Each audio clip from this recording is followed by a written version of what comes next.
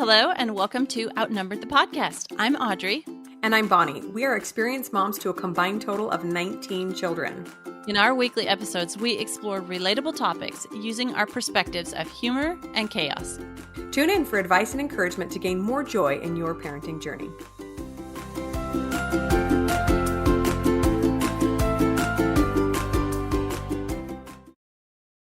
Hey everybody, we're back, and guess what? Even though Bonnie and I have taught between us, or are teaching 5 teenagers how to drive, we're still alive. We're still here with you. And we're here to do an episode about sharing tips for helping a teenager learn how to drive, or maybe subtitle surviving teaching a teen to drive. Yes, that for sure. Yeah. And Audrey has significantly more experience than I do, but my latest driver, only driver right now, just got his license last year. So it's still real fresh and a little bit traumatizing to my brain. So we get to share everything that we know. It's actually a really exciting time and kind of the biggest step in their soon to be independence, adult independence, right? Big step, being able to leave home and drive without mom. So yes, like when the bird takes their first flight from the nest. That's right. And hopefully doesn't plummet straight to the ground. Okay, so just wanted to share a funny mom moment with you guys. This actually happened a couple years ago, but as I was thinking about cars and things, stories, it popped up. My sister-in-law and I have several children who are the same age and have always gotten along really well. So there's some of the favorite cousins, right? And so quite often we would drive to each other's houses, hang out for the afternoon, and then go home. And we've always lived probably 15 minutes away from each other, maybe a little bit more. And so one time we were at her house playing, hanging out for the day. We got in the van, we drove home, 15, 20 minutes home. We get home and out pops my nephew from the back of the van. He had not only stowed away, but managed to lay low and keep quiet from all the children the entire 20 minutes home. I think my two oldest kids knew because they were in the back seat and they just did not say a word, because if the younger ones had known, they would have yelled, "Oh, Isaac's in the car," right? I was so impressed that he managed to stay quiet the whole time. I was like, "Oh, you can just spend the night. It's fine. I'm not driving you home." Little stinkers. I know, what a stinker. And I just called her and laughed. I said, "Well, if you're missing a child," I can't believe she didn't even notice. Yeah, I can. He was probably 10 or 11 at the time. It wasn't like, a 3-year-old you'd notice went missing, but wow, mad skills. Phew. Crazy kids. All right. So the thing we're going to try to share with you today is some about helping your teen learn how to drive. And we understand that a lot of parents choose to put their kid through driver's ed instead of teach them themselves. But every state has different laws. But from what I understand, the parents still have to spend a lot of time with the kids driving to get them up to their hours. So even if you're not teaching your kid how to drive, but you're spending those hours with them, these ideas will hopefully help you too. So we've got 10 tips, and then we've got some other things, and then we're going to have a city versus country debate and finally give you some tips about saving money on insurance. Because once you get kids on your car insurance, boy, that dollar signs start happening, multiplying. Right, for sure. So we want to start with some ideas for how to prepare your teens to drive way before they're old enough to learn how to drive. So we've got some pre-driving skill preparation ideas. So one thing that we always do is start our kids out on the riding lawnmower at about, it of course depends on the kid and when they're ready, but 10 to 12-ish. So that's way before they're learning how to drive. And especially if you have a zero-turn lawnmower, it's not quite as applicable. But just the idea of, when you turn the wheel right, the wheels go right, and just kind of that part is applicable. Another thing that you can do is go to somewhere where they have go-karts. Then just get them in a little play car and get them used to driving. Some virtual driving or reflex games. So boys automatically love to play this kind of game. And Bonnie and I are huge proponents of less screen time. But when you are teaching a kid how to drive, or getting ready to teach a kid how to drive, if they have kind of some of these reflex things already in play, or they've done, a virtual driving game, That does help. It does help a little bit. And then one thing I like to do is I like to have them at a very young age start paying attention and giving us the directions on how to get back home. Okay, here we are at the grocery store. We're going to leave. How do we get home? You tell me. I'm going to do whatever you say, right or left. Of course, this is on a day when I have extra time. If they give me a right and I'm supposed to go left. So I do whatever they say and just kind of, play. You just start, like 2 turns from home, because most kids know 2 turns from home. And then you back it up a little bit and you start having them give you directions. And then the final thing that we'd like to do to get our kids some of these pre-driving skills is have them be the GPS navigator. So you're going somewhere new, teach them, hand them the phone, say, okay, here's the route. You make sure I'm staying on route, watch the turns, watch the road signs. Let's start getting you familiar with that. And they feel all important because they're the navigator. You're going to go, you're going to help, even when they get a little older, help you navigate through, like a big city or something. And so those are some of the pre-driving skills way before they're even ready to get behind the wheel that we put into practice. Yeah, you nailed like all of the ones that I had to share too. I love all those. My kids are obsessed with following the dot on the map app. Can I see the phone? Can I follow the dot? Can I watch it? So that's a really fun thing for little kids all the way up to big kids, right? But as they get older, they can actually help you navigate, like you're saying. And I'd never considered using that like turn by turn game as a way of teaching them directions. We've done it just as a game. My kids think it's hilarious. And I purposely, say, oh, I'm pretty sure it's left here when I know it's right, just for fun to like see if we can get lost. But I love all those tips. So great. The only other thing I was going to say is you might consider putting your kid in the driver's seat in your driveway just for a couple of days of practice. Like we're talking like we have a pretty long driveway, so we can get a little bit of driving practice in. But even if it's just like putting it in reverse, easing off the gas, putting it on the brake, putting it in drive, going forward, like some of these really elementary skills of just learning how to handle a car can be worked out in the safety of your own driveway or right in front of your street if there's very little traffic, right? I remember that for my oldest, when he started driving, like especially if we would swap cars, I tried to keep him driving in the same car all the time. But every now and again, that one wouldn't be available. So we'd put him in another one. And it's a whole different ballgame, right? You drive the same van every day and then you go get in your husband's truck. And you're like, oh, I forgot the brakes are really sensitive or the steering wheel is really heavy or whatever. Yes. So for a kid, that's like, oh, shoot, it's like learning to drive all over again. So just feeling out the vehicle in a really safe space. You can do this in a parking lot as well. Anyway, so that's a quick tip for just getting the feel of a car so that they can get over that tricky part and just head out on the road when you're finally ready to go drive. Oh yeah, I forget that too. We use that, like our driveway is a little bit more narrow, and so sometimes because we have so many drivers, someone's car is behind a car that needs to get out, and so I'll always have like the one that's just getting close to driving. I'll say, okay, go move the vehicle, and they're just moving it from behind a car over to the so that's something we do too. All right, now we're going to share 10 tips with you. We could probably share 100, but we've lost them more than 10 when we were teaching our kids how to drive. They just kind of, they went out the window with the rest of our sanity. Tip number 1, be in control of yourself. Oh my goodness. Okay, this is like the hardest thing ever. But try to remember that driving is as scary for them as it is for you when they're behind the wheel. And mom freaking out is not going to help anything. It's actually going to be dangerous and make it worse. And so, good grief, just be in control. Like, take a deep breath, bite your tongue, try not to scream. Be the adult, right? Whew. And when you lose control of yourself, then like not if, but when you lose control of yourself, then like, make sure you apologize and calm down and try to be the adult again as fast as possible. Right.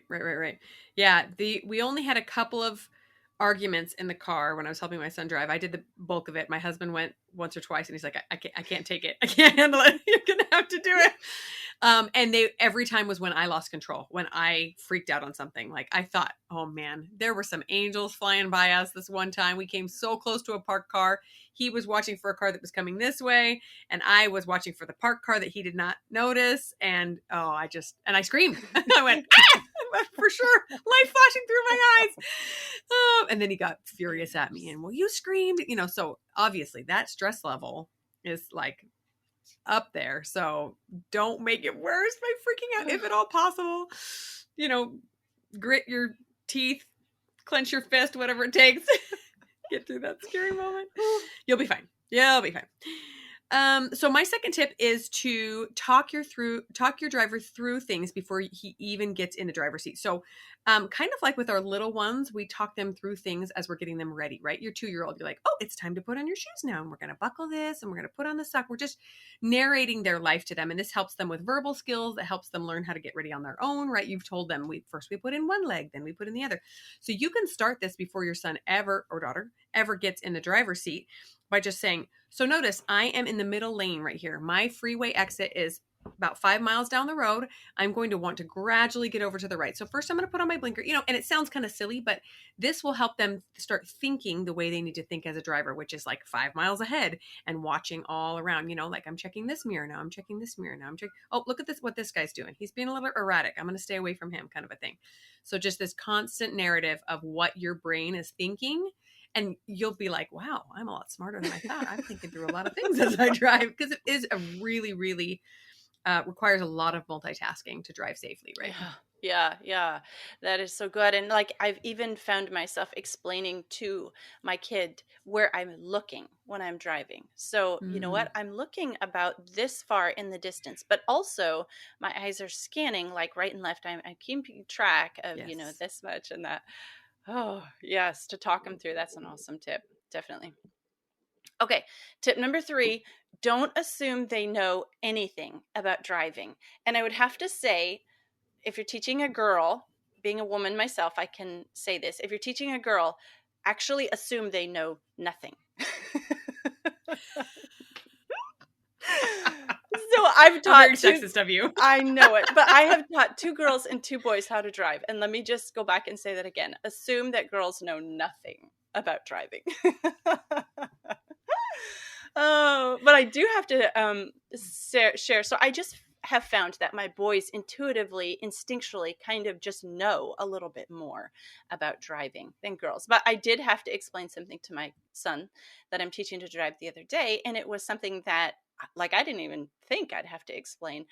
But I realized as he was driving that he was using his whole foot on the gas pedal instead of resting his heel on the floor and just using, how you use just the ball of your foot and your toes to drive. But he had his whole foot on the pedal. And I realized that because of the jerkiness of the reactions that were going on. And so then as we were driving and we were on a straight stretch, I was like, you might try resting your heel on the floor, because think about it.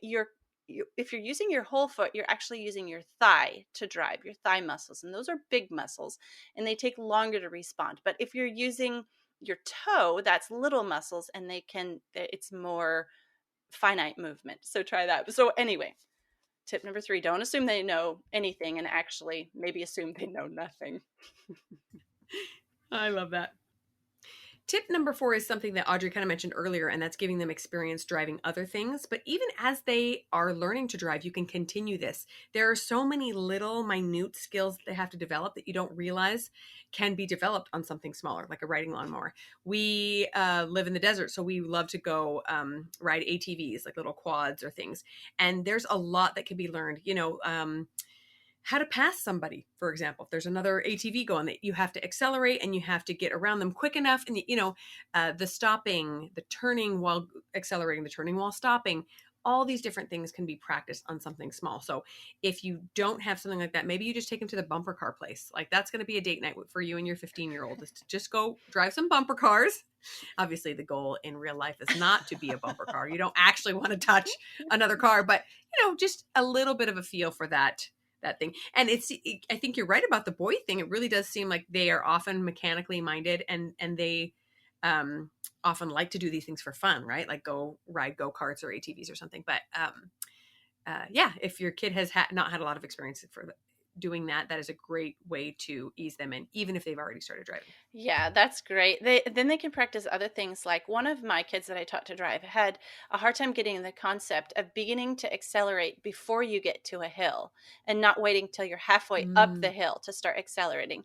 And I would try to teach them, like listen to what the car is doing. Your car actually has to shift down into a lower gear if you wait till you're halfway up the hill to start accelerating as you're slowing down. So, if you are in an area without many hills and there's not much area to practice that, yeah, go jump on a go-kart or quad, and it can get them more practice maybe with things like one of my kids was terrible at left turns, so I would just stick them on something, a four-wheeler or something. Okay, say go practice some left turns. Absolutely, that's great too. Yeah. Okay, tip number 5: only the teen and the parent who's doing the instructing in the vehicle at first. No distracting siblings, no helpful second parent trying to give instructions as well. Just you and the teen learning how to drive, because oh my goodness, it's freaky, and the kids are going to be screaming or scary or razzing their sibling like ha ha. Yeah, no, You should hear the shade my kids throw at a teen when they're learning how to drive. Curb checker. Yeah. So yeah, and I think I think the kid thing is pretty obvious to not have distractions right for the driver, but I honestly think a second parent is almost worse, because the second parent is then second guessing the first parent's instruction and like, no, I wouldn't tell him like that. No, and way too much instruction coming at the kid is just going to be real rough. So yeah, and preferably the parent that is the calmest and or has the most experience with this child, because obviously, just like anything, teaching driving is a very individualized type of instruction, right? You're not going to teach one kid like you're going to teach another one, depending on how they take correction as well. Like if you have a child that struggles to take correction humbly, you're going to have to teach that kid a little bit differently than another one, right? Like, hey, just a suggestion, you might want to, and you're going to have to stay calm when they go, I know, mom. So all things to consider when you decide who's going to do the instruction, right? Yeah. Okay, so tip number 6, communicate with your child ahead of time about the expectations of the drive you're going on and what they're already comfortable with. For example, if it's your first time for your kid getting in the car other than the driveway, do not take them on the freeway, obviously, right? But also communicate with them about it, right? Like, what are you comfortable with? Should we just go pull around a parking lot first? Or would you be comfortable going to the end of the block and back? Or should we, and just decide on it together? Sometimes parents get real excited and go, we're just going to drive to Walmart and back. And that's like 4 miles down the road with 3 lights and a bunch of traffic, and they're just not ready, right? So some kids are going to be super excited and going, yeah, let's do Walmart. Let's do the freeway. And other ones are going to go, no way, never. I can't imagine myself doing that. And they want to just ease right in. Just the point being, your child has to be 1,000% comfortable with what he's going to do, or else it's going to add to the stress and anxiety of an already stressful situation. Yeah, that's definitely, especially if you have a child who, like their learning style is talking them through things ahead of time, what's coming. So yeah, definitely, for sure. Okay, tip number 7, teach them a good sense of direction. There, as an experienced driver, what it feels like as you're driving, maybe through a big city, and you're getting lost, and you can't figure out where you're going, and like the anxiety or the stress that brings on, as well as not knowing how to drive and not having a good sense of direction. So just get them used. I guess maybe this is another driving skill that you can do, but get them used to knowing. So as they're driving, okay, which way is north, which way is east, which way is south, which way is west, and where do we live in comparison to the spot where we are right now? Okay. And then if you were to draw a map or point out where we are on a map, just get them familiar with that sense of direction. Now, I have a little funny story to tell on myself. So I grew up in Montana, and there was mountains, and I always used mountains to help me know which way was which, because I always knew that this range of mountains is here, so that's way is always west. Well, when I moved to the Midwest, there's no mountains, and I still to this day, don't tell my kids that I'm teaching how to drive, cannot figure out which way is which if I'm out of my familiar territory. So I'm like, my husband will say, well, just look at the sun. I'm like, okay, there it is, so what? He'll be like, well, look at the moss on the trees. I'm like, oh my goodness, moss on trees, please. So anyway, That's hilarious. I actually learned that the moss thing is a fictional thing. Like it can grow wherever. So okay. All apparently, right. So there. bad advice. So there. I, I'm the same way. And I do remember moving to Utah as a young adult and that being super duper helpful because I lived in Utah County and there's just a huge mountain range all along the east side of this whole, strip of cities. And so it's very easy to figure out which way you're going. But yeah, if you're out of your element, good luck. Good luck. Read the stars, Audrey. Figure it out. Get a sextant and use the, there's the North Star. So I must be pointing. One of the cars I drove as a kid had the, navigation on the, just told you what your direction you were in, northwest, north, Yes. south, east, west, on the dash. And I'm like, why doesn't every car have this? Yeah. This is brilliant. Yeah. At least know I'm heading in the right direction, right? Yeah. Okay, tip number 8, and this is a pretty obvious one as well, but please wait to drive in hazardous conditions until your child has a lot more experience. So just the basic driving down a dry road on a sunny day is scary and anxiety inducing enough. Add in rain, heaven forbid snow, or even like a cloudy day or fog can be really, really, really stressful. We were coming home from a cabin this last summer and driving separate cars. And so I was driving my big van full of kids and we got some fog came down on us because we don't have a lot of adverse weather here in Phoenix. Like it's usually just really hot, right? This fog came down and I was scared out of my mind. It was like zero visibility. I basically just I couldn't even see the side of the road to pull over. So we were like down to 5 miles an hour with our lights on, hoping nobody plowed into us. But as an adult, just how scary those conditions can be. So don't, if it starts to even sprinkle, I say, have your child pull over and you take over until it's crystal clear conditions and your kid has a little bit more experience. Yeah, absolutely. Even night is hazardous to a kid when they're not used to it. So get a bunch of day driving hours under their belt before you hit those. Yeah, it's not that we don't want them to learn those things. Definitely we want to help them learn those kind of things. And I always tell my kids this story of growing up in Montana. My dad took us out in a parking lot and taught us how to bring a car out of a spin. He'd like to have us put a car into a spin on the ice, and then he'd teach us how to get it out because he wanted us to know. He was like, some point you will be driving on icy roads. You will start to spin. Let's teach you how to get out of it. So I always tell my kids that story and they think that's pretty cool that I could, I know how to do that. I'm like the Dukes of Hazzard, I could bring it out of a spin. That's your party trick, Audrey. Let's go to the parking lot. I got to show you something. Oh my goodness. I didn't go quite that far, but I did learn to drive in Michigan. No, I guess I learned in Phoenix, but then shortly thereafter moved to Michigan and learned a lot of lessons like you don't make any sudden moves on a bridge in icy weather or even cold weather. There's probably ice on that bridge that you can't see, or all these different tips that my kids will never know until they leave home and then, make their own mistakes. So unless we move, I guess. Yeah. Okay, tip number 9, take a break when it's needed. So if it's just getting too intense, if you've got a kid who's not taking your instruction, if it's getting dangerous, if the weather, like you're saying, it gets into some fog or something, take a break during a drive. Take a break for a day, take a break for a week.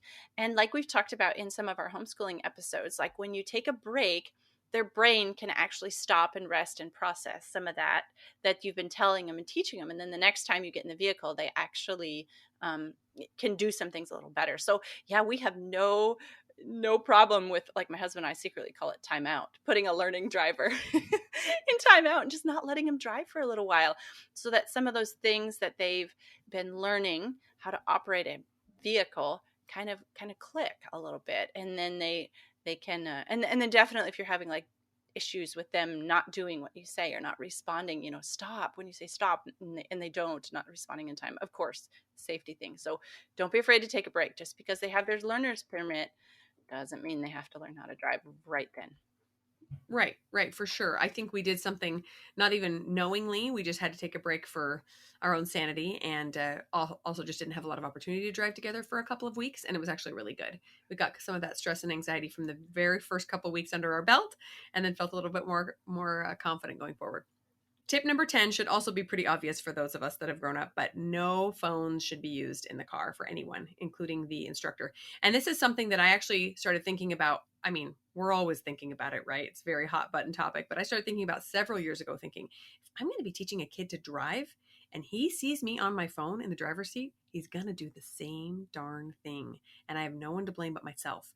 So I started being a lot more conscientious of using my phone in the car, which, as we know, should not be done. But I mean, just taking a call or something that you feel is on the safer side of things is just not safe for an inexperienced driver.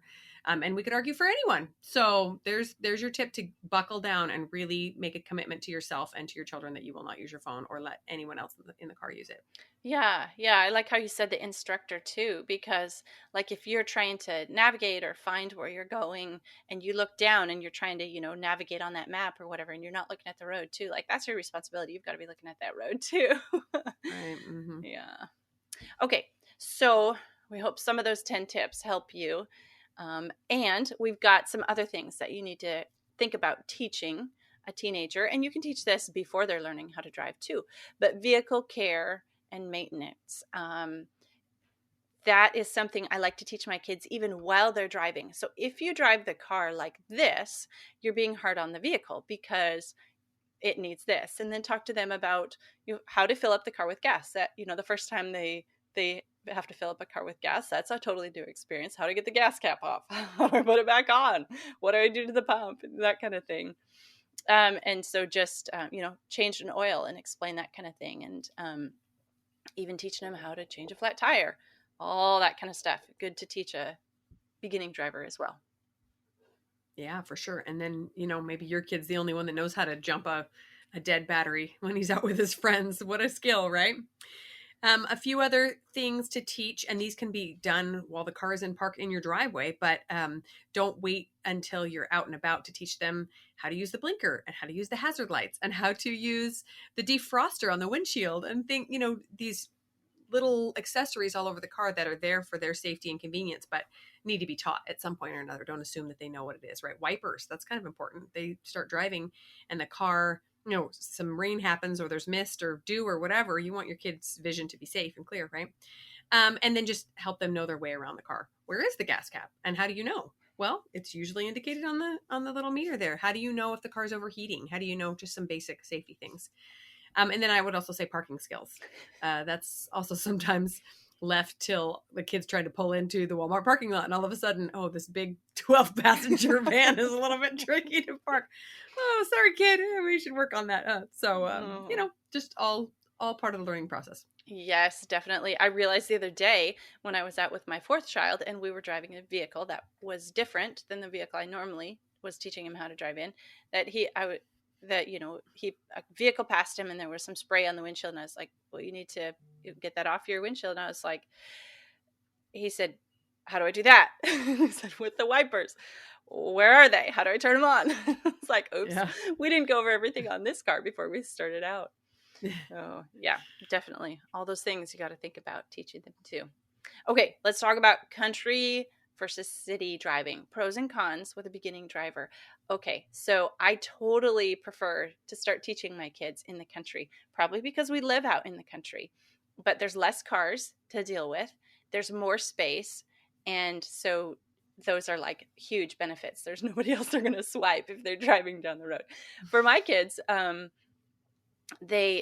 that's something after they learn how to drive in the country a while, then we go into the city and they're like, back in the beginners square one again, because they're like, there's other cars here. Yeah. Like, well, don't swerve when a car comes at you because there's a lane next to you. There might be a car over there too. The one con of driving in this country is that usually the speeds are faster. So that is something that they have to learn too, is to navigate. So anyway, that's why I prefer at first teaching my kids to drive out here in the country where we live. Yeah, that's so smart. And if you live in suburbia or even in a downtown city area, you could always drive out for a while, right? You take your driver in the car, you drive through the city or the suburbs out to a less populated area and let them try all those beginning skills on a long stretch of road. And maybe there is a stoplight eventually, but it'll be 2 miles down the road instead of every 100 yards or something, and fewer cars, a lot less stressful.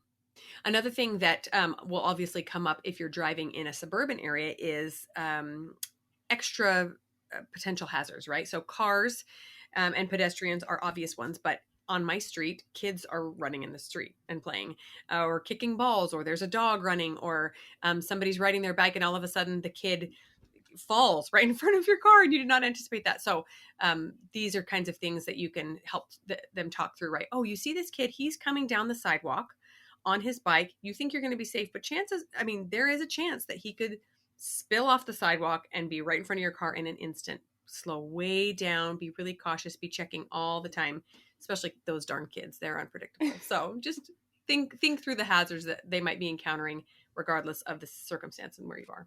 Yes, when I am teaching a kid how to drive, I'm always like, am I just a worrywart because I have all these what ifs and these potential things that could happen that I'm explaining to my kid? You're just experienced. All right, we want to share some tips for lowering your insurance costs, or at least keeping them manageable when you have kids on your on your insurance plan. So we have found that if your kid has good grades, your insurance will usually give a discount for good grades. And then if you shop around insurance companies, that's a good thing to do to compare rates. And then we have found that if we have like multi insurances with the same insurance, usually get a better rate. So if you have your home and your vehicles with the same provider, then that's usually a better deal. And then the final thing that we do, and I did talk about this a lot in our episode on how to afford kids, is our kids actually pay their own auto insurance when they have a vehicle, or they chip in if they're using the family vehicle, because that's part of the responsibility, like teaching them to grow up and be an adult, and so help pay their own auto insurance. Yeah, I love that. We actually just renewed our insurance, so all these things are fresh in my mind. But a lot of insurance companies now have smartphone apps so they can track your driving. And as long as your kid isn't doing anything terribly stupid, like speeding regularly and slamming on the brakes, then the app will actually track that he is driving, he or she, I clearly only have a male driver right now, is driving safely and can help lower your insurance as well. Another thing that we came across was that cars that drive on the lower side of mileage, on the lower side of things. How do I say that? Cars that drive less miles per year than others tend to get better insurance rates too. So maybe, you make sure he has the car that isn't the daily driver for you as well, so that you can get that discount. But talk to your insurance agent. There's often lots of little things that can help that massive bill come down. Oh, that's a good one. I didn't know about the lower mileage for the kid drivers. Okay, and to share some final thoughts about teaching a kid how to drive. This is really, really hard. I don't even know how any other way to put it. This is like the litmus test, or like forging in the fire. I don't even know the right comparison to use, but this is a hard one, guys. You have to be in control of yourself while you don't. I mean, how many of us moms have stomped a hole in the passenger seat floor trying to brake, and there's not a brake pedal over there? Oh, I know. It is a hard one. And just, it's worth it. Obviously, you don't want to have to drive your kids everywhere for the next, foreseeable future. And it's so for the next ever. I know. And it is so convenient to have a kid on the other side of this and have them be able to start to run errands for you. Oh man, I love having additional drivers in the house. It's really, really convenient. So my final thought on this is, once again, how do you want your kid to look back on this experience of you helping them learn how to drive? Like, did you turn into the total Wicked Witch of the West?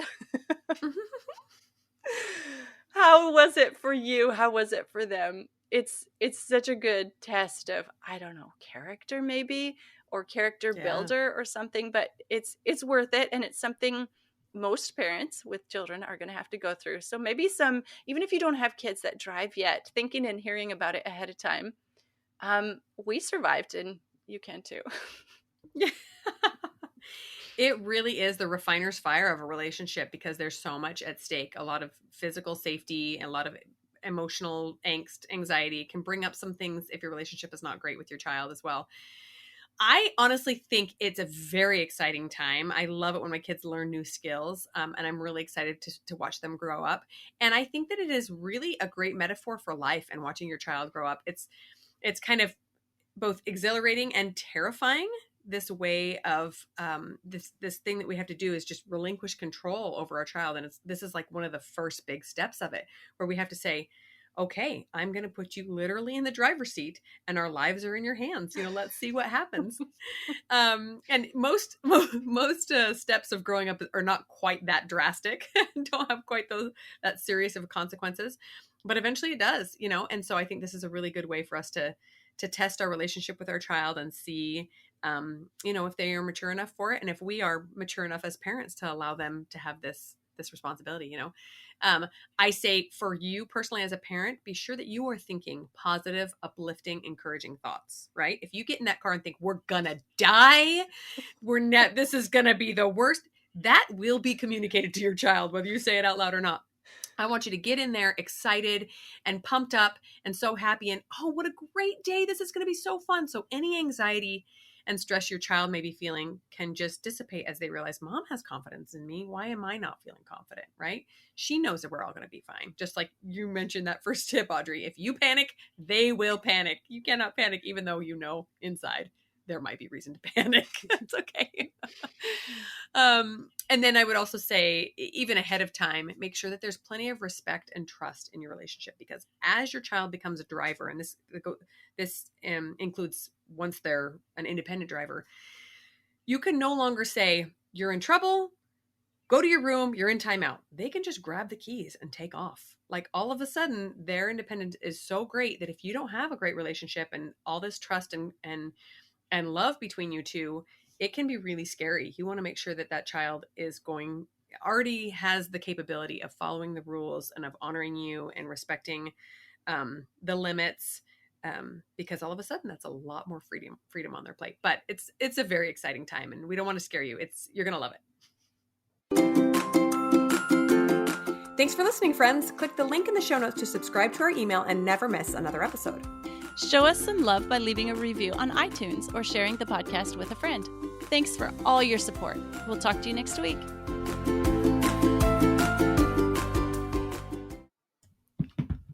My two big helpers left, and the third is kind of sick, and so it's not very helpful. I totally lost my train of thought. I was going to say something. When you talk, one of us should really be listening.